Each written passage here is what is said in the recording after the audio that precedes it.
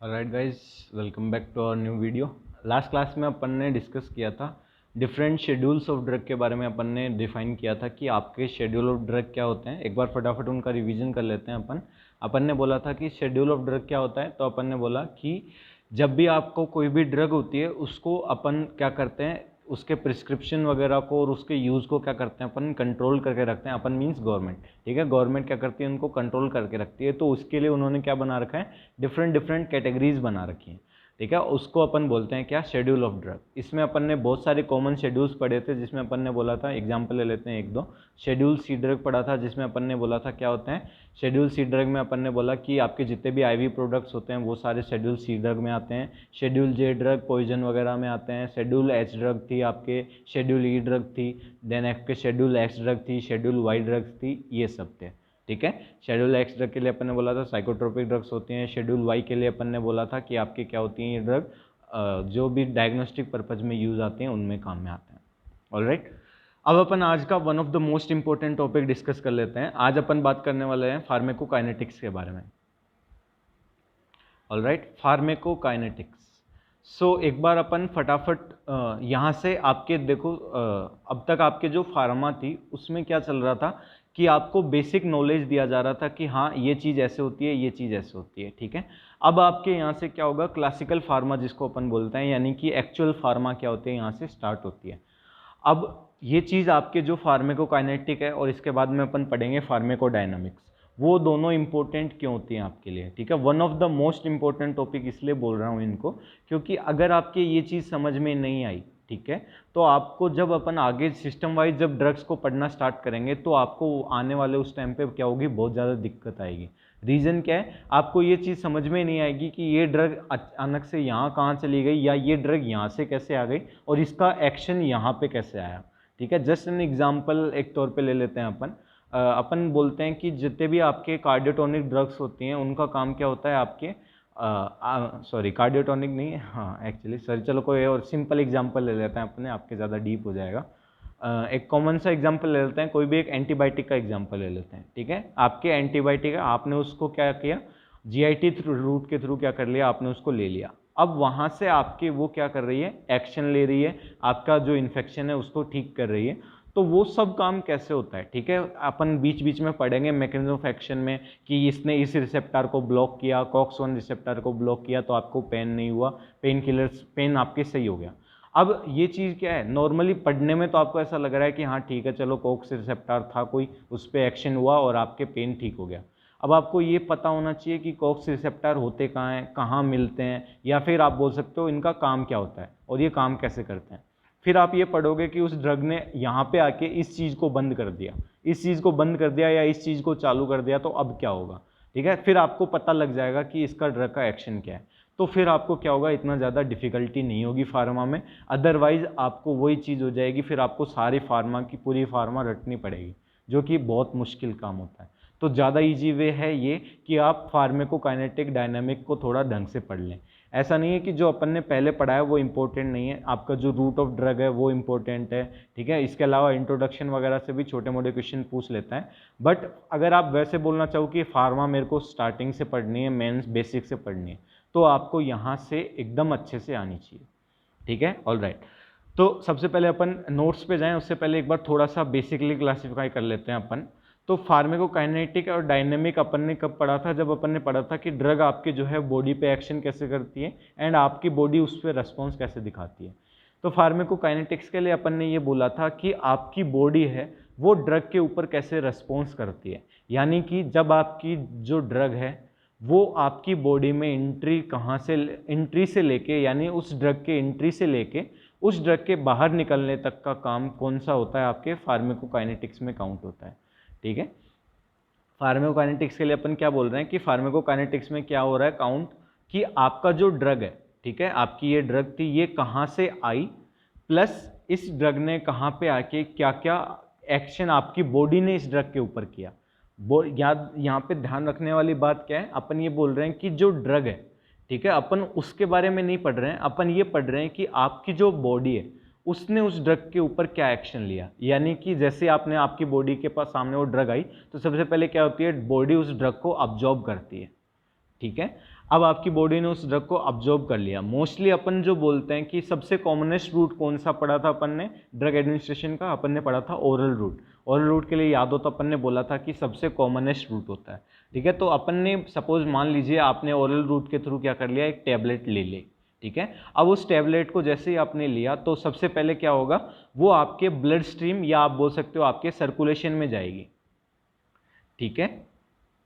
तो सबसे पहले क्या होगा, आपके कंपलसरी है ये चीज़ कि आपके वो क्या हो जाए, सर्कुलेशन में पहुंच जाए, ठीक है। अदरवाइज क्या होगा, उसका इफेक्ट नहीं आएगा जहां पे आपको लेके आना है, ठीक है। तो सबसे पहले अपन यही बोलते हैं कि आपके जो ड्रग है, ठीक है, यहाँ पे इस ड्रग को ऑब्जर्व कौन कर रहा है, आपकी बॉडी। तो बॉडी क्या कर रही है, एक्शन ले रही है किसके ऊपर, ड्रग के ऊपर।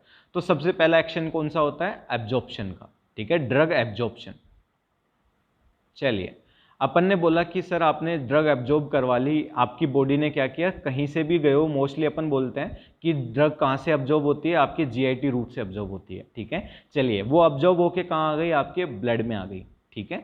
अब अपन ये बोल रहे हैं सपोज आपको हेडेक हो रहा था, यानी आपके प्रॉब्लम कहाँ पे है, आपके हेड में है, ऑलराइट।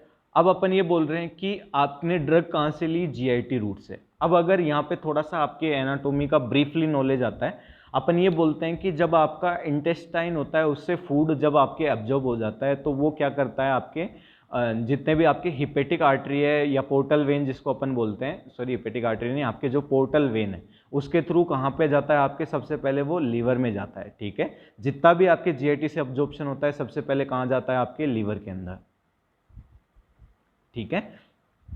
तो अब यहाँ पे अपन ये बोलते हैं कि आपकी बॉडी ने क्या किया, जो ड्रग अब्जॉर्ब किए, चाहे फूड हो चाहे ड्रग हो, अपन एक ही चीज़ याद रखेंगे। तो अपन बोल सकते हैं ड्रग जो है वो सबसे पहले कहाँ जाएगी, आपके एब्जॉर्प्शन होने के बाद कहाँ पे आएगी, आपके लीवर के पास आएगी, और ये कहलाता है आपका डिस्ट्रीब्यूशन, ठीक है। देन इसके बाद आता है आपका रीडिस्ट्रीब्यूशन, जिसमें आपका लीवर क्या करता है, लीवर के बाद वो कहाँ जाएगी, जहाँ पे उसको एक्शन करना है। जैसे आपको यहाँ पे एक्शन करना है तो हेड पे एक्शन करना है तो आपके वो कहाँ पे जाएगी, आपके नर्वस सिस्टम की तरफ जाएगी वो, और ये कहलाता है आपका redistribution of the drug, alright.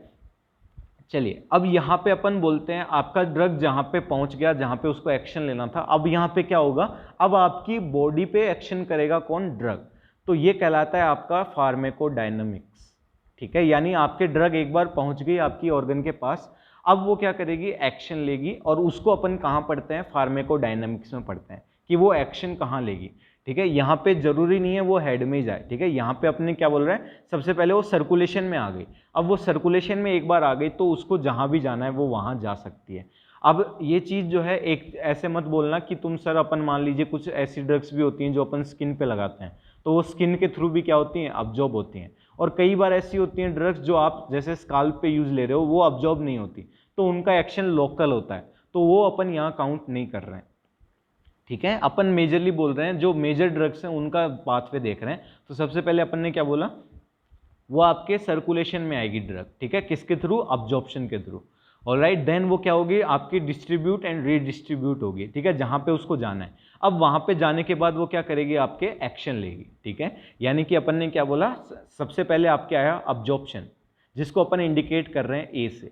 Then आपके आया डिस्ट्रीब्यूशन, जिसको इंडिकेट किया अपन ने डी से, ठीक है। अब यहाँ पे इसके साथ में क्या हो जाता है, एक्शन आ जाता है ड्रग का, जिसको अपन ने बोला है फार्मेकोडायनामिक्स, ठीक है। ये क्या होता है, ये कैसे होता है, अपन ये चीज़ अपन थोड़ा बाद में पढ़ेंगे, अदरवाइज ये इसी में समझाने में लग जाएगा क्लास, ठीक है। तो अपन ने बोला कि एक बार डिस्ट्रीब्यूट होने के बाद ड्रग अब कहाँ जाएगी, आपके जहाँ ड्रग क्या करेगी, अब एक्शन करेगी, ऑलराइट, जो कहलाता है आपका फार्मेकोडायनामिक्स।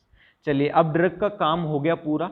तो एक चीज़ हमेशा याद रखना, जब भी आपकी बॉडी में किसी भी पर्टिकुलर, आप बोल सकते हो चाहे केमिकल हो चाहे कोई भी चीज़ हो, कंपोनेंट हो कोई भी, उसका एक बार काम पूरा हो गया तो आपकी बॉडी उसको क्या कर देती है, बाहर निकाल देती है, ठीक है। तो अब अपन ये बोलते हैं आपकी बॉडी अब क्या करेगी, जो ड्रग थी, जो इसने अपना एक्शन पूरा कर लिया, ठीक है, या फिर ये ड्रग क्या हो गई, अब मेटाबोलाइज होगी, ठीक है। यानी आप बोल सकते हो ड्रग जो है अब उसने अपना काम पूरा कर लिया, अब इस ड्रग को आपकी बॉडी को क्या करना है, बाहर निकालना है। तो कई बार क्या होता है, जो ड्रग है उसको जिस फॉर्म में आपने लिया था उसी फॉर्म में आप क्या कर सकते हो, उसको बाहर नहीं निकाल सकते, ठीक है। उसका मॉलिक्यूलर वेट ज़्यादा होता है, या फिर आप बोल सकते हो उसका जो कंपोनेंट है वो क्या होता है, इनसोल्यूबल होता है, यानी आपके लिक्विड में सोल्यूबल नहीं होता वो, तो उस कंडीशन में भी, या फिर आप बोल सकते हो नॉर्मली उसका जो आप बोल सकते हो उसकी जो केमिकल नेचर है या उसकी फिजिकल नेचर है वो ऐसी नहीं होती कि आपकी बॉडी उसको डायरेक्ट आपकी बॉडी से बाहर निकाल दे। तो यहाँ पे आपकी बॉडी क्या करती है, उसको उस ड्रग को मेटाबोलाइज करती है। ठीक है, उस ड्रग का क्या करती है आपकी बॉडी, मेटाबोलाइजेशन करती है। उस ड्रग को क्या करती है, उसके छोटे कंपोनेंट्स में तोड़ती है या उसको मेटाबोलाइज कर देती है। देन अब क्या होगा आपके, यानी कि एब्जॉर्प्शन हुआ पहले, देन डिस्ट्रीब्यूशन हुआ, देन आपके एक्शन आया उस ड्रग का, देन आपके मेटाबॉलिज्म हुआ उस ड्रग का, और अब उस ड्रग को क्या कर दिया जाएगा, रीनल रूट या एक्स्ट्रा रीनल रूट के थ्रू क्या कर दिया जाएगा, एक्सक्रीट कर दिया जाएगा और आपकी बॉडी से बाहर निकाल दिया जाएगा। तो ये जो जितना स्टडी है, यानी ये वाला पूरा अब्जॉर्प्शन से लेके एक्सक्रीशन तक का जो स्टडी था वो कहलाता है आपका फार्मेकोकाइनेटिक्स, और जो डिस्ट्रीब्यूशन एंड मेटाबॉलिज्म के बीच में पार्ट आया वो कहलाता है आपका स्टडी करना फार्मेकोडायनामिक्स। तो अगर आप फार्मेकोकाइनेटिक्स की डेफिनेशन बोलना चाहो तो अपन बोलते हैं कि अब्जॉर्प्शन ऑफ द ड्रग से लेके आपके एक्सक्रीशन ऑफ ड्रग तक की स्टडी करना क्या कहलाता है, फार्मेकोकाइनेटिक्स कहलाता है। Pharmacokinetics is a branch of pharmacology which deals with the absorption, distribution, metabolism and excretion of the drug. It's study complete, यानी कि आपके बोल सकते हो एब्जॉर्प्शन को कंप्लीटली स्टडी करती है, डिस्ट्रीब्यूशन को, मेटाबॉलिज्म को एंड एक्सक्रीशन को। तो डेफिनेशन की बात करें तो अपन बोलते हैं क्या कि it is a branch of pharmacology which deals with the absorption, distribution, metabolism and excretion of a particular drug, and it study about how a drug is, how your body is acting on your drug। ठीक है, यानी कि आपकी body जो है वो drug के ऊपर कैसे एक्शन ले रही है। 4 एक्शन लेती है मेजरली, क्या क्या बोले अपन ने, एब्जॉर्ब करती है उस ड्रग को, उसको डिस्ट्रीब्यूट करती है, उसको मेटाबोलाइज करती है और उस ड्रग को क्या करती है, एक्सक्रीट कर देती है। तो ये पूरा स्टडी करना क्या कहलाता है, फार्मेकोकाइनेटिक्स कहलाता है। ठीक है, चलिए अब अपन बोलते हैं एक ये चीज़ आपको समझ में आ गई होगी आई होप। अब अपन ये बोलते हैं जब आपकी ड्रग का डिस्ट्रीब्यूशन हो चुका है, ठीक है, यानी ये ड्रग क्या हो चुकी है, डिस्ट्रीब्यूट हो चुकी है, तो अब वो क्या होगी, आपके मेटाबोलाइज एक्शन लेने से पहले उसको क्या करना पड़ेगा, एक्शन वाली साइट पे क्या करना पड़ेगा, जाना पड़ेगा ना उसको, और वहाँ पे उसको क्या होना पड़ेगा, अब्जॉर्ब होना पड़ेगा। ठीक है, यानी कि आप बोल सकते हो कोई भी ड्रग है उसको एक्शन लेने के लिए क्या करना पड़ेगा, बायोलॉजिकल जो मेम्ब्रेन्स होती हैं, आपकी जो सेल की जो मेम्ब्रेन्स होती है उनके थ्रू उसको क्या करना पड़ेगा, पास होना पड़ेगा, या फिर अगर उसको पास भी नहीं होना है तो यहाँ पे उसको अटैच तो होना ही पड़ेगा। ठीक है, यानी आप बोल सकते हो जितनी भी ड्रग्स होती हैं वो क्या करती हैं, आपके जो बायोलॉजिकल मेम्ब्रेन्स होते हैं या आप मेम्ब्रेन जिसको बोलते हो उसके साथ क्या करती हैं, आपकी बॉडी के साथ एक्शन लेती हैं वो। ठीक है, यानी मेम्ब्रेन्स का क्या करती हैं, मेम्ब्रेन्स के साथ उनका एक्शन होता है, इंटरप्रिटेशन होता है। ठीक है, तो ये कैसे होता है, इसमें क्या क्या होता है वो अपन क्या करेंगे, नोट्स के थ्रू पढ़ेंगे। ऑलराइट, इतना समझ में आ गया होगा आपको। ठीक है, चलिए यहाँ से अपन थोड़ा अपना नोट्स पे आ जाते हैं। ठीक है, तो फार्माकोकाइनेटिक्स के लिए अपन बोलते हैं, देखिए quantitative study of the drug movement, यानी कि आप क्या कर रहे हो, क्वांटिटेटिव स्टडी कर रहे हो ड्रग की। क्वांटिटेटिव मतलब कि उसकी कितनी क्वांटिटी ऑब्जर्व हुई या कितनी क्वांटिटी ने मूवमेंट किया। ठीक है, और मूवमेंट में अपन ने 4 मूवमेंट पढ़ लिए ऑलरेडी। ठीक है, through and out of the body, यानी बॉडी के अंदर और बॉडी के बाहर। ठीक है, और अगर आप इसकी डेफिनेशन देखना चाहो तो अपन ने बोला है कि pharmacokinetics is the study of what our body does on drug. ठीक है, आपकी बॉडी ने क्या एक्शन लिया किसके ऊपर, ड्रग के ऊपर, वो क्या कहलाता है आपका फार्माकोकाइनेटिक्स। तो अब फार्माकोकाइनेटिक्स में 4 मेजर पाथवे आते हैं, अपन ऑलरेडी पढ़ चुके हैं। अब्जॉर्प्शन ऑफ द ड्रग, यानी इसमें क्या होगा, ड्रग आपके सर्कुलेशन में जाएगी। अब्जॉर्प्शन ड्रग के अंदर क्या हुआ, बॉडी आपकी जो बॉडी है उसके सर्कुलेशन में चली गई ड्रग। ठीक है, डिस्ट्रीब्यूशन में अपन ने ये बोला कि उसको जिस साइट पे जाना है उस साइट पे वो किसके थ्रू जाएगी, डिस्ट्रीब्यूशन एंड रीडिस्ट्रीब्यूशन के थ्रू जाएगी।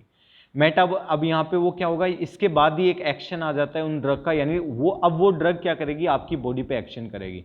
तो वो अपन अलग से ही पढ़ते हैं, जिसको अपन नाम देते हैं फार्माकोडायनामिक्स। देन आपके होता है, अब वो ड्रग का एक्शन हो गया, अब उस ड्रग को क्या किया जाएगा, मेटाबोलाइज किया जाएगा, ताकि उसको क्या कर सकें अपन, एक्सक्रीट आउट कर सकें।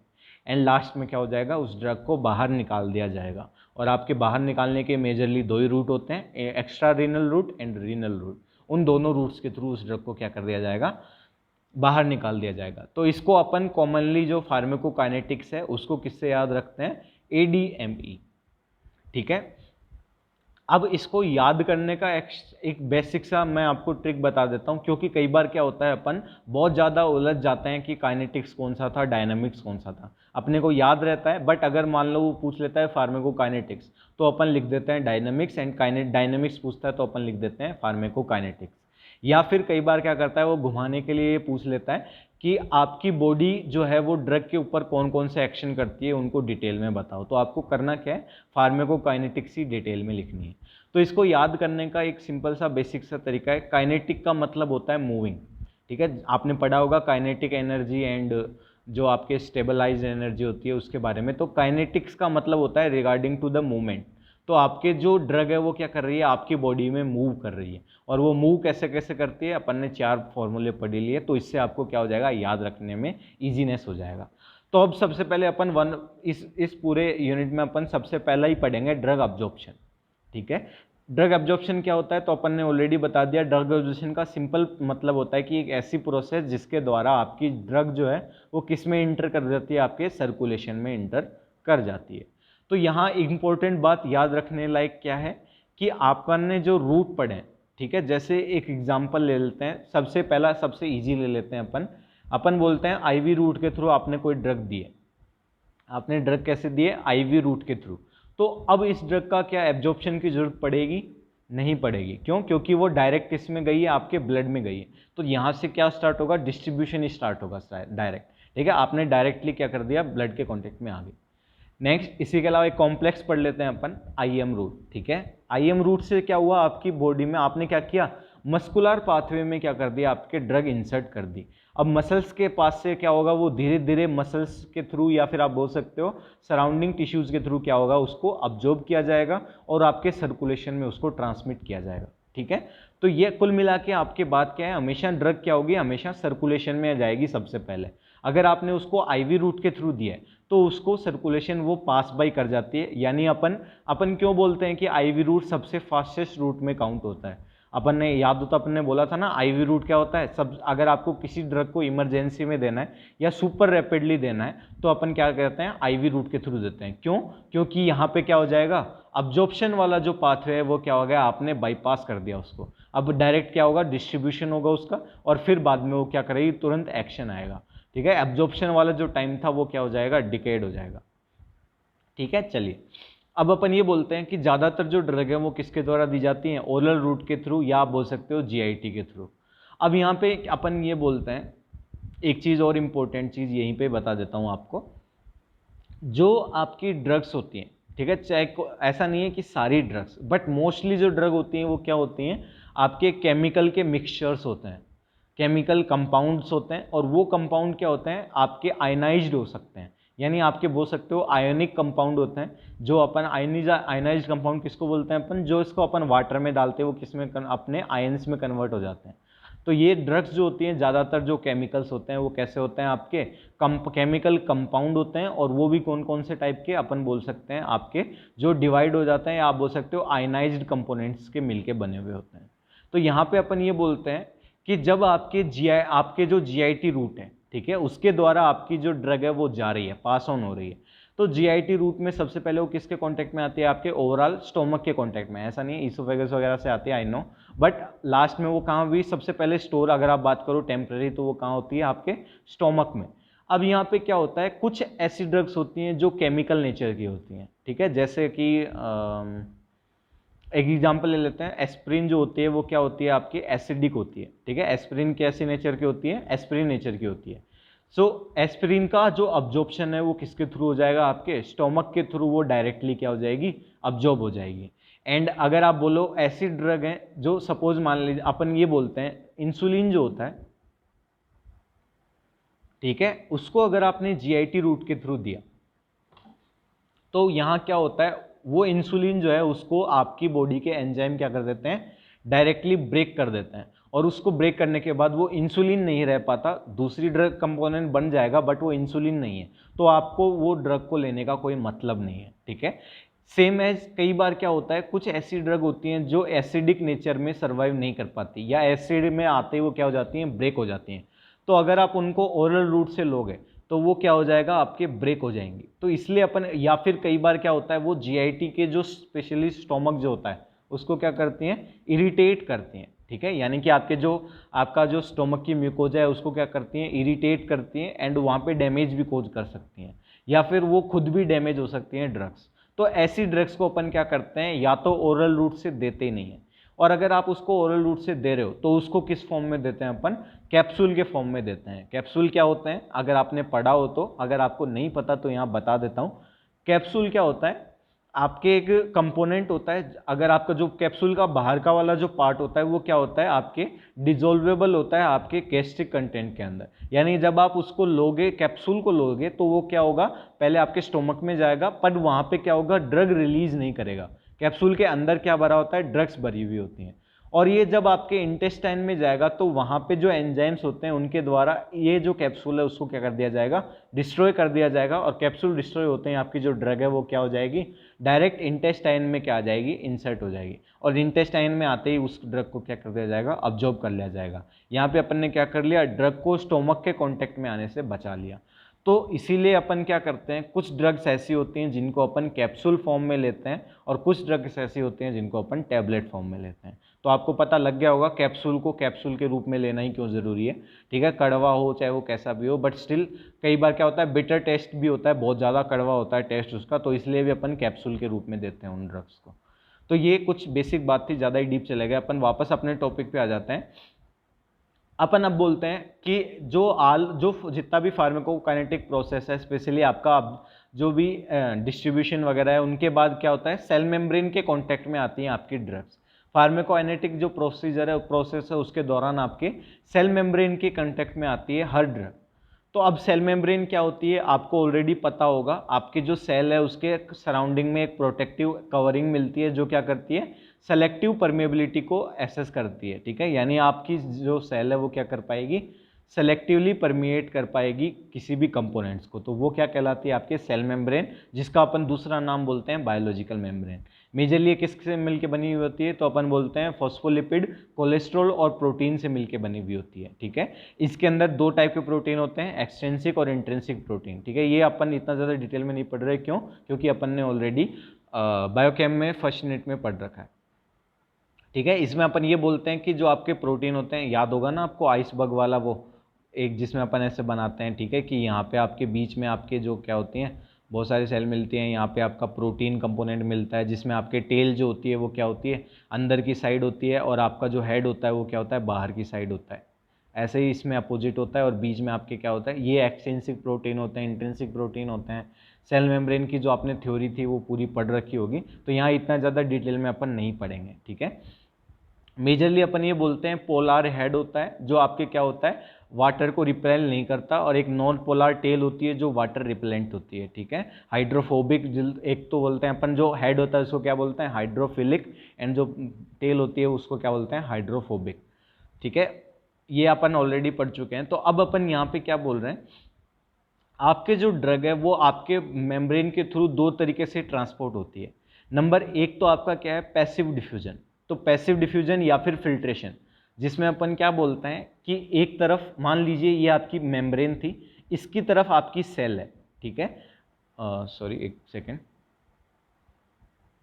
अपन ये बोल रहे हैं ये बीच की मेम्ब्रेन थी आपकी, इधर की तरफ क्या है, आपकी सेल है, इधर की तरफ आपके ये बोल सकते हो टिश्यू स्पेस है, या जहां आपकी ड्रग है वो है, ठीक है।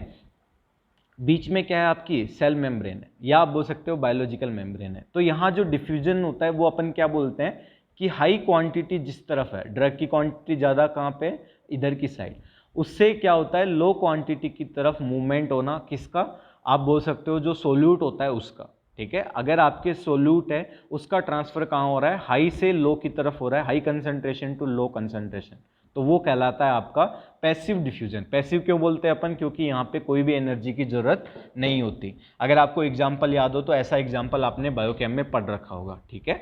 नेक्स्ट दूसरा ट्रांसपोर्ट किसके द्वारा होता है, आपके स्पेशलाइज ट्रांसपोर्ट होता है। अब स्पेशलाइज ट्रांसपोर्ट क्या होता है, तो अपन सबसे पहले बात कर लेते हैं, इसमें अलग अलग होता है।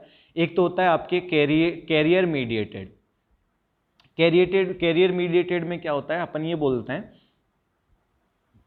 कि मान लीजिए ये सेल मेम्ब्रेन है, वही सेम इधर ड्रग है, इधर आपके क्या है, सेल है। अब अपन ये बोलते हैं कि मान लीजिए जो आपका मेम्ब्रेन है वो इसको परमिट कैसे कर रही है, इसके जो सेलुलर कंपोनेंट है वो इतने बड़े हैं कि नॉर्मल जो डिफ्यूजन था या पैसिव डिफ्यूजन जो था वो यहाँ पे नहीं हो सकता। तो उस कंडीशन में क्या होता है, आपकी जो ड्रग कंपोनेंट है उसका प्रोटीन के साथ जुड़ जाते हैं, वो एक्सट्रिंसिक प्रोटीन हो चाहे इंट्रिंसिक प्रोटीन हो, मेजरली एक्सट्रिंसिक प्रोटीन का ही बोलते हैं अपन, और उन प्रोटीन के साथ जुड़ के वो इस पाथवे के थ्रू क्या हो जाते हैं, प्रोटीन पाथवे के थ्रू क्या हो जाते हैं, आपकी सेल में आ जाते हैं। तो ये कहलाता है आपका फैसिलिटेटेड डिफ्यूजन। इसके अलावा एक और क्या होता है, अपन बोलते हैं कई बार क्या होता है यहाँ क्वांटिटी कम है, यानी ड्रग की क्वांटिटी कम है इधर की तरफ और इधर की तरफ ज़्यादा है, बट स्टिल फिर भी क्या होता है आपकी, या फिर आप बोल सकते हो यहाँ पे परमिएशन नहीं हो रहा, तो अपन क्या करते हैं एटीपी का यूज करके या एनर्जी का यूज करके इसको ट्रांसपोर्ट करते हैं, तो वो कहलाता है आपका एक्टिव ट्रांसपोर्ट। ठीक है, स्पेशलाइज्ड ट्रांसपोर्ट में दो हैं आपके, पहला कैरियर मीडिएटेड, इसमें दो हैं आपके फैसिलिटेटेड डिफ्यूजन जिसमें अपन बोलते हैं प्रोटीन्स वगैरह की, या फिर आप बोल सकते हो जिनको अपन बोलते हैं ना चैनल, ठीक है, उस चैनल के द्वारा अगर आपके डिफ्यूजन हो रहा है तो उसको कहते हैं अपन फैसिलिटेटेड डिफ्यूजन। देन होता है आपका active transport, and active transport के लिए ऑलरेडी बोल दिया आपको एनर्जी की रिक्वायरमेंट होती है, और यहाँ पे ट्रांसफर किसी भी जगह पे हो सकता है, ऐसा जरूरी नहीं है कि इधर लो है तो आपके नहीं होगा, ठीक है, लो टू हाई भी हो सकता है क्योंकि आप एनर्जी का यूज ले रहे हो। नेक्स्ट है आपका पिनोसाइटोसिस। पिनोसाइटोसिस क्या होता है आपने ऑलरेडी पढ़ चुके होंगे, दो प्रोसेस होती हैं, फेगोसाइटोसिस एंड पिनोसाइटोसिस। अगर आपके लिक्विड का मूवमेंट होता है आपकी सेल के अंदर तो वो कहलाता है पिनोसाइटोसिस, या आप बोल सकते हो सेल ड्रिंकिंग। एंड एक होता है फेगोसाइटोसिस जिसमें आपकी अगर सॉलिड पार्टिकल है उसको आपकी सेल मेम्ब्रेन अंदर ले रही है तो वो कहलाता है आपका सेल ईटिंग, या आप बोल सकते हो फेगोसाइटोसिस। तो दूसरा पाथवे क्या होता है पिनोसाइटोसिस, उसके थ्रू भी आपकी ड्रग क्या हो सकती है, अंदर जा सकती है आपकी सेल के। तो ये क्या आपके ट्रांसपोर्ट हो सकती है मेम्ब्रेन के थ्रू। ठीक है, तो अब अपन यहाँ डिस्कस करते हैं सबसे पहले पैसिव डिफ्यूजन एंड फिल्ट्रेशन। तो आपको ऑलरेडी बता चुके हैं अपन डायरेक्शन ऑफ कंसंट्रेट ग्रेडियंट, यानी high concentration to low concentration अगर कोई मूवमेंट हो रहा है, स्पेसिफिकली कोई मूवमेंट में अपन किसका नाम लेंगे, ड्रग का। ठीक है, अगर ड्रग कहाँ से मूव हो रही है, हाई कंसेंट्रेशन से लो कंसेंट्रेशन की तरफ, तो वो क्या कहलाता है आपके पैसिव डिफ्यूजन। इसमें अपन ये बोलते हैं कि ऐसी ड्रग्स जो आपके लिपिड में सोल्यूबल होती हैं, ठीक है, लिपिड में मतलब कि आपकी सेल मेम्ब्रेन अपन ने किससे मिलके बताई थी, फॉस्फोलिपिड से मिलके बनी हुई होती है। तो यहाँ पे क्या होगा, अगर इजीली अगर ऐसी ड्रग जिनका जो किससे मिलके भी बनी होती हैं, लिपिड से, तो या माय मिस्टेक ऐसी ड्रग्स जो क्या होती हैं सोल्यूबल किस में होती हैं, लिपिड में। तो अगर वो लिपिड में सोल्यूबल है तो वो इजीली क्या हो जाएगी, ट्रांसपोर्ट हो जाएगी, उसको कोई दिक्कत नहीं आएगी। नेक्स्ट अपन बोलते हैं कि लिपिड और वाटर प्रोपोर्शन के ऊपर डिपेंड करता है कि आपका ये जो डिफ्यूजन है वो कितना रैपिड होगा या फिर आपका कितनी देर तक होगा या कैसे होगा। ठीक है, वो किस पे डिपेंड करता है, आपके लिपिड एंड वाटर का प्रोपोर्शन कितना है। ठीक है, सिंपली अपन यहाँ वाटर मोल लें तो अपन बोल सकते हैं, यानी कि आप बोल सकते हो बाहर की क्वांटिटी कितनी है और अंदर की क्वांटिटी कितनी है, उसके ऊपर डिपेंड करता है। जैसे ही ये इसका एक डिफ्यूजन का एक क्या है, अपन ये बोल सकते हैं कि जब यहाँ का लेवल यानी इस ड्रग का जो बाहर का लेवल है और ड्रग का सेल के अंदर का लेवल है वो जब बराबर हो जाएगा तो ये वाला ट्रांसपोर्ट क्या हो जाएगा, बंद हो जाएगा। ठीक है, तो ये डिपेंड करता है टोटली किसके ऊपर, लिपिड एंड आप बोल सकते हो वाटर कंपोनेंट के ऊपर। ठीक है, इसके अलावा अपन ये बोलते हैं कि जो जितनी ज़्यादा लिपिड सोल्यूबल ड्रग होगी वो उतना ही जल्दी क्या हो जाएगी, डिफ्यूज हो जाएगी सेल मेम्ब्रेन के थ्रू। नेक्स्ट अपन बोलते हैं पीएच का। तो पीएच के लिए अपन ये बोलते हैं कि जो आपके एसिडिक पीएच की जो ड्रग्स होती हैं जैसे कि आपके एस्पिरिन वगैरह हैं वो तुरंत अब्जॉर्ब हो जाती हैं गैस्ट्रिक जूस के द्वारा, और ये जो आपके दूसरी ड्रग्स हैं जैसे कि आपके बोल सकते हो एट्रोपिन वगैरह, वो क्या होती हैं इंटेस्टाइन के थ्रू अब्जॉर्ब होती हैं। अब आप ये मत बोलना कि सर अभी आप मेम्ब्रेन पढ़ा रहे थे अब आप स्टोमक और इंटेस्टाइन पे कैसे पहुंच गए। तो अपन बोलते हैं इंटेस्टाइन में जो आपके जो ब्रिसाई मिलते हैं F0 F1 पार्टिकल्स मिलते हैं, और आपके जो बोल सकते हो जो आपके इनर तरफ बॉर्डर जो मिलता है उस पर क्या मिलते हैं, वो भी एक तरीके की क्या है, मेम्ब्रेन ही है। ठीक है, तो ऐसा नहीं है कि आपके सेल में ही मेम्ब्रेन मिलती है, आपके इंटेस्टाइनल का जो इनर पार्ट है वो भी एक मेम्ब्रेन की तरह ही काम करता है। तो यहाँ अपन ने उसी का एग्जाम्पल दिया है कि अगर पीएच लो होती है तो वो कहाँ से अब्जॉर्ब हो जाता है, गैस्ट्रिक जूस से, और अगर आपके उसकी पीएच हाई है तो वो कहाँ से अब्जॉर्ब हो जाता है, इंटेस्टाइन से। फिल्ट्रेशन आपको पता ही होगा, अगर आप एक पर्टिकुलर सेल मेम्ब्रेन के बीच में से किसी को चीज़ को फिल्टर कर रहे हो, ठीक है, तो वो क्या कहलाता है आपका फिल्ट्रेशन। इसमें अपन बोलते हैं कि अगर आपके मेम्ब्रेन है उसके अंदर जो पोर्स होते हैं, ठीक है, पोर्स जो मतलब पोर्स का मतलब हो गया स्मॉल एंट्री पार्ट होते हैं, उसके थ्रू अगर आपका ड्रग जा रही है तो वो क्या कहलाती है, आपका फिल्ट्रेशन। ये पोर्स क्या करते हैं, किस पार्ट को इंटर करना है, किस पार्ट को इंटर नहीं करना, वो डिसाइड करते हैं, इसीलिए अपन इसको बोलते हैं फिल्ट्रेशन। ठीक है, जैसे कि अपन एग्जांपल ये देते हैं कि मेजोरिटी ऑफ जो सेल होती हैं, ठीक है, वो क्या करती हैं, आपके उनका जो पोर में होती हैं वो क्या होती हैं, 100 या 200 माइक्रोन से क्या होता है, उनका पोर छोटा होता है। ठीक है, तो अपन बोल सकते हैं जिनका मोलिकुलर वेट क्या होगा, 100 या 200 से ज़्यादा होगा माइक्रोन से, वो क्या कर सकती हैं, पोर के थ्रू इंटर नहीं कर सकती। अपन नॉर्मली बोलते हैं जो नॉर्मल सेल होती हैं उनके जो पोर्स होते हैं आपके सेल मेम्ब्रेन के अंदर, उनका जो आपके बोल सकते हो विड्थ होती है वो कितनी होती है, 100 से 200 माइक्रोन। अगर उससे मोलिकुलर वेट किसी का ज़्यादा है तो वो ड्रग क्या होगी, इसके थ्रू इंटर नहीं कर पाएगी। नेक्स्ट अपन बोलते हैं कैपिलरी जो होती हैं उनका जो होता है वो क्या होता है, 40 एंगस्ट्रॉम होता है ओनली, और उसमें क्या होता है, अपन मोस्ट ड्रग जो होती हैं, ठीक है, सिवाय आपके प्रोटीन्स के, जितने प्रोटीन्स होते हैं उनको छोड़ के जो मेजरली ड्रग्स होती हैं वो किसके थ्रू फिल्टर हो जाती हैं, आपके कैपिलरीज के थ्रू फिल्टर हो जाती हैं। नेक्स्ट अपन ने पढ़ा है स्पेशलाइज्ड ट्रांसपोर्ट, जिसमें अपन ये बोलते हैं कि आपकी जो ड्रग है उसको ट्रांसपोर्ट होने के लिए क्या चाहिए होता है, एक स्पेसिफिक मैकेनिज्म चाहिए होती है। इसमें अपन ने दो एग्जांपल लिए हैं। सबसे पहला आपका कैरियर मीडिएटेड, जिसमें अपन ने बोला है एक पर्टिकुलर कैरियर का जरूरत होगा, या आप बोल सकते हो एक पर्टिकुलर कंपोनेंट्स की जरूरत होगी किसी भी ड्रग को या किसी कंपोनेंट को ट्रांसफर होने के लिए। तो इसमें अपन ये बोलते हैं कि आपकी जो जितनी भी सेल मेम्ब्रेन होती हैं उनके अंदर प्रोटीन्स मिलते हैं, एक्सट्रिंसिक और इंट्रिंसिक, वो क्या करते हैं, पाथवे प्रोवाइड करने का काम करते हैं। ठीक है, जितने भी आपके न्यूट्रिएंट्स वगैरह होते हैं, मेटाबोलाइट्स होते हैं, वो भी, और ड्रग्स भी, कुछ ड्रग्स को भी। ठीक है, अब ये दो तरीके से हो सकता है। पहला तो आपने बोला जो आपका ये ट्रांसपोर्ट था, कैरियर मीडिएटेड ट्रांसपोर्ट, ये दो तरीके से हो सकता है। पहला तो फैसिलिटेटेड, जिसमें आपको कोई भी एनर्जी की जरूरत नहीं होगी, आपका जो प्रोटीन से बाइंड होगा, जो भी आपका कंपोनेंट है या जो भी आपकी ड्रग है वो प्रोटीन से बाइंड होगी, और कैरियर मॉलिक्यूल जिसको अपन बोल रहे हैं उससे बाइंड होगी, और उसके बाद में क्या होगी, डायरेक्टली वो हाई कंसंट्रेशन से लो कंसंट्रेशन की तरफ चली जाएगी। इसका अपन ये एग्जांपल देते हैं कि जो फैट सेल हैं वो क्या करती हैं, ग्लूकोज को ट्रांसपोर्ट करते हैं, किसके द्वारा, इसी पाथवे के द्वारा या फैसिलिटेटेड डिफ्यूजन के द्वारा। नेक्स्ट है आपका एक्टिव ट्रांसपोर्ट। एक्टिव ट्रांसपोर्ट के लिए अपन बोलते हैं ऑलरेडी कि एक्टिव ट्रांसपोर्ट में क्या होता है, एनर्जी की रिक्वायरमेंट होती है।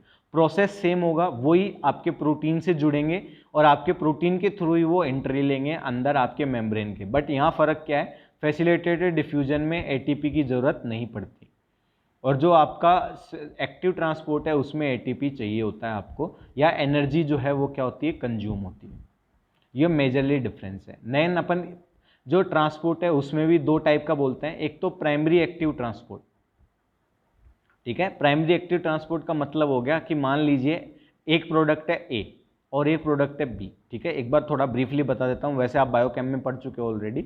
अपन ये बोल रहे हैं एक तो होता है आपका को ट्रांसपोर्ट, और एक होता है आपने ऑलरेडी अभी पढ़ा है जस्ट, जिसमें अपन बोलते हैं कि प्राइमरी एक्टिव ट्रांसपोर्ट। तो प्राइमरी एक्टिव ट्रांसपोर्ट के लिए अपन ये बोलते हैं ए जो ड्रग है वो क्या होगी, आपके प्रोटीन से बाइंड होगी, आपकी बॉडी क्या करेगी, उसको एनर्जी को यूज में लेगी और वो ए यहाँ पे आ जाएगा। ठीक है, एक तरीका होता है को ट्रांसपोर्ट। को ट्रांसपोर्ट में अपन ये बोलते हैं ए और बी है वो क्या होती हैं, एक साथ ट्रांसपोर्ट हो जाती हैं, यानी आपको एनर्जी सिर्फ एक बार ही कंज्यूम करनी पड़ी। ठीक है, तो ये कहलाता है आपका को ट्रांसपोर्ट।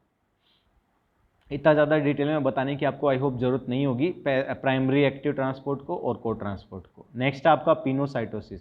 अपन ये बोलते हैं कि अगर आपकी ड्रग है, उस जो भी ड्रग है उसका क्या कर रही है, वो वेसिकल्स के द्वारा, फॉर्मेशन ऑफ ए वेसिकल, यानी कि आप बोल सकते हो आपकी जो सेल मेम्ब्रेन है, ठीक है, वो क्या बनाई, आप ये मान लीजिए एक सेल मेम्ब्रेन थी आपकी, यहाँ पे क्या हो गया, एक कंपोनेंट आ गया। ठीक है, अब अपन ये बोलते हैं कि जो सेल मेम्ब्रेन है वो क्या करेगी, आउटर ग्रोथ करके उसके एक वेसिकल बना लेगी। वेसिकल के लिए अपन बोलते हैं फ्लूइड फिल्ड स्पेस, या आप बोल सकते हो एक स्पेस जिसके बाहर आसपास क्या है, कैविटी है। ठीक है, उस वो बना लेगी, और अब क्या होगा, इस वेसिकल को आपकी बॉडी सेल के अंदर ट्रांसपोर्ट कर दिया जाएगा। तो ये क्या कहलाता है, आपका पिनोसाइटोसिस। फेगोसाइटोसिस भी सेम ही होता है, ऐसी प्रोसेस के द्वारा होता है। नेक्स्ट अपन बोलते हैं आपके, ये था क्या, ड्रग का अब्जॉर्प्शन। ड्रग इतना जो अपन ने अभी पढ़ा है वो क्या है, आपका ड्रग का अब्जॉर्प्शन है। ठीक है, मेजरली अपन ने क्या बोला, एक बार थोड़ा सा अपन एक बार वापस से फटाफट रिवाइज कर लेते हैं इसको, अब्जॉर्प्शन को। अपन ने ये बोला कि आपकी जो बॉडी है उसमें सबसे पहले क्या होगा, हर ड्रग को अब्जॉर्ब होना पड़ेगा सर्कुलेशन में। अब्जॉर्प्शन किसको बोलते हैं अपन की, सर्कुलेशन में ड्रग का आना क्या कहलाता है, आपका अब्जॉर्प्शन कहलाता है। अब अपन ये बोलते हैं कि इस प्रोसेस के लिए यानी अब्जॉर्प्शन के द्वारा आपकी जितनी भी ड्रग्स हैं उनको एक पर्टिकुलर सेल मेम्ब्रेन से क्या होना पड़ता है, गुजरना पड़ता है। अब ये सेल मेम्ब्रेन से गुजरने के लिए वो डिफरेंट पाथवे यूज ले सकते हैं। कुछ डिफ्यूजन के द्वारा चले जाते हैं, कुछ पैसिव ट्रांसपोर्ट के द्वारा, कुछ प्रोटीन्स की हेल्प के द्वारा, एंड कुछ आपके बोल सकते हो डायरेक्ट एक्टिव ट्रांसपोर्ट के द्वारा। इसमें भी फिर बाद में आपके को ट्रांसपोर्ट आता है, रिवर्स ट्रांसपोर्ट आता है, जिसमें एक कंपोनेंट अंदर जाता है, एक कंपोनेंट बाहर आता है, ठीक है। को ट्रांसपोर्ट भी आता है, ये वगैरह ये सब था, ठीक है। तो ये क्या कहलाता है आपका, आप बोल सकते हो अब्जॉर्प्शन, ठीक है। अब इस अब्जॉर्प्शन को कौन कौन सी चीजें इफेक्ट करती हैं, फैक्टर अफेक्टिंग अब्जॉर्प्शन, ठीक है। तो सबसे पहली बात, अब आपको क्या करना है, यहां से अब आपके दो रूट हैं आपको याद करने के लिए, आप चूज कर सकते हो आपको कौन सा सही लगता है। नंबर एक तो क्या कि आप याद रख लो कि हाँ इसमें ये फैक्टर होते हैं, ये चीजें होती हैं। एक होता है आप इस चीज को समझ लो। सबसे पहले समझने का मीन्स क्या हो गया कि आपको क्या पता है, अब्जॉर्प्शन का मतलब है आपके ड्रग क्या हो रही है, आपकी ब्लड सप्लाई के अंदर जा रही है, उसको क्या कह रहे हैं अपन, अब्जॉर्प्शन कह रहे हैं, ठीक है। तो अब फैक्टर कौन कौन से इफेक्ट कर सकते हैं इसको, यानी इस चीज को कौन कौन सी चीजें इफेक्ट कर सकती हैं। सबसे पहले अपन बात करें अगर एज की, तो आपको पता होगा अडल्ट एज के अंदर क्या होता है, अब्जॉर्प्शन सबसे हाईएस्ट होता है, और जैसे जैसे आपकी एज बढ़ती जाती है, ठीक है, वैसे वैसे आपका अब्जॉर्प्शन क्या हो जाता है, डिक्रीज हो जाता है। तो अपन बोल सकते हैं एज का कैसा रिलेशन हो जाता है, डायरेक्टली इम्प्रपोर्शनल होता है ये किसके, आपके जो ड्रग का अब्जॉर्प्शन होता है इम्प्रपोर्शनल होता है किसके, एज के, ठीक है। ऐसे ही आप बोल सकते हो सेक्स के लिए अपन ये बोलते हैं कि जो आपके मेल्स होते हैं उनका बॉडी सरफेस एरिया भी ज़्यादा होता है, प्लस उनकी जो ब्लड सप्लाई होती है वो थोड़ी सी ज़्यादा अच्छी होती है किससे, फीमेल से। तो अपन बोल सकते हैं उनके अंदर भी ड्रग अब्जॉर्प्शन क्या होगा, हाई होगा।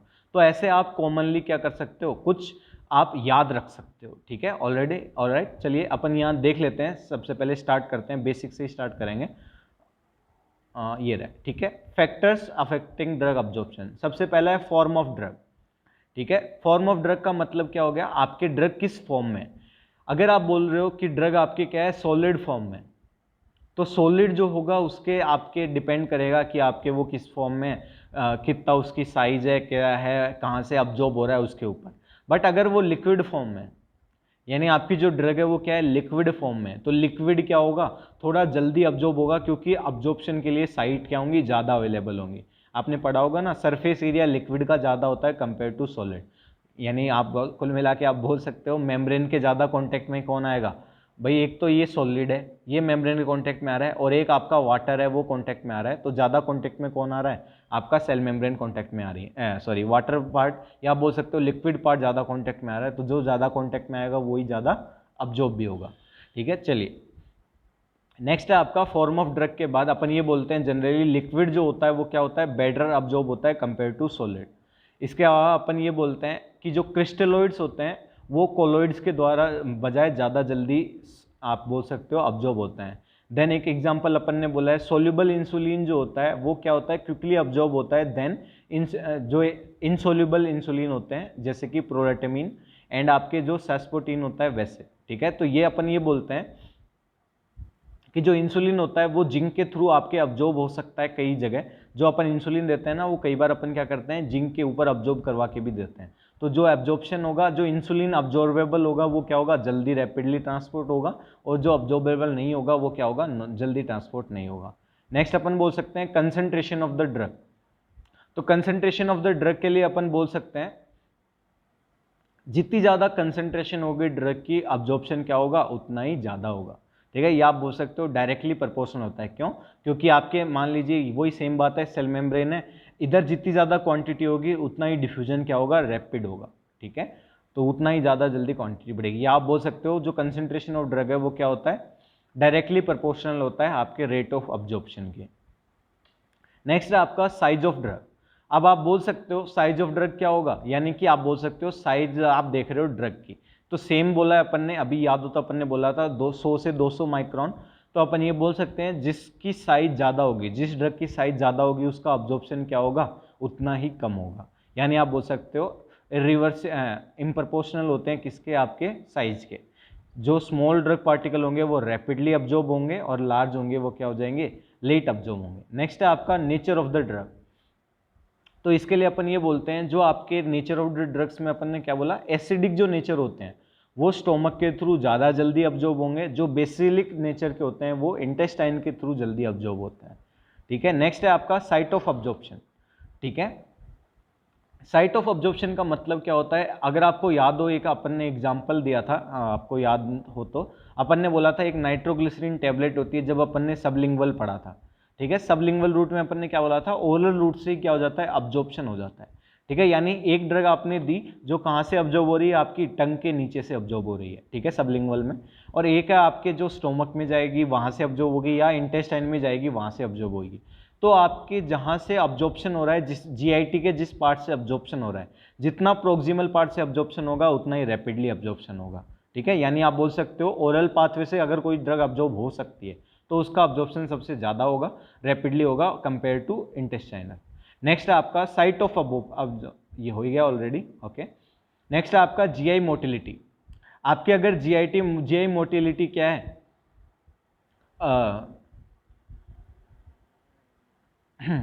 यहाँ पे थोड़ा सा ट्रिकी पार्ट आता है। ट्रिकी पार्ट का मतलब क्या है, जीआई मोटिलिटी अपन किसको बोलते हैं, आपकी जो पेरिस्टाल्टिक मूवमेंट्स होते हैं उनको अपन क्या बोलते हैं, commonly GI movement. Peristaltic movement मतलब आपके जो फूड है, या यहाँ अपन बोलें अगर ड्रग है, वो कितना जल्दी आपके आगे जा रही है। ठीक है, अगर सपोज मान लीजिए पेरिस्टाल्टिक मूवमेंट बहुत ज़्यादा है, या आप बोल सकते हो जिसको अपन डायरिया कंडीशन बोलते हैं वो है। ठीक है, पेरिस्टाल्टिक मूवमेंट ज़्यादा है, तो यहाँ पे क्या होगा, अगर आप सोच रहे होगे पेरिस्टाल्टिक मूवमेंट ज़्यादा है तो अब्जॉर्प्शन ज़्यादा होगा, ऐसा नहीं है। ठीक है, क्या होगा, जब उल्टा होता है, कैसे, आपके मान लीजिए ये ड्रग यहाँ है, ठीक है, इसको यहाँ अब्जॉर्ब होना था, देन आपके पेरिस्टाल्टिक मूवमेंट से ये धीरे धीरे आगे बढ़ रही थी। ठीक है, अब्जॉर्ब होते हुए इसका कुछ क्वांटिटी अब्जॉर्ब हो रहा था, कुछ आगे बढ़ रहा था, देन वापस अब्जॉर्ब हो रहा था, ऐसे। बट अगर ये मूवमेंट बहुत रैपिडली होने लग गए तो क्या होगा, आपके ड्रग अब्जॉर्ब होने से पहले ही क्या हो जाएगी, आपके एनल रूट से क्या हो जाएगी, एक्सक्रीट आउट हो जाएगी, और आपको अब्जॉर्प्शन का टाइम ही नहीं मिलेगा। तो इसलिए अपन ये बोलते हैं क्या, कि आपके जो ड्रग का अब्जॉर्प्शन है वो क्या होता है, रैपिडली इन प्रोपोर्शनल होता है किसके, आपके जीआई मोटिलिटी के। नेक्स्ट अपन बोलते हैं जीआई डिसऑर्डर्स।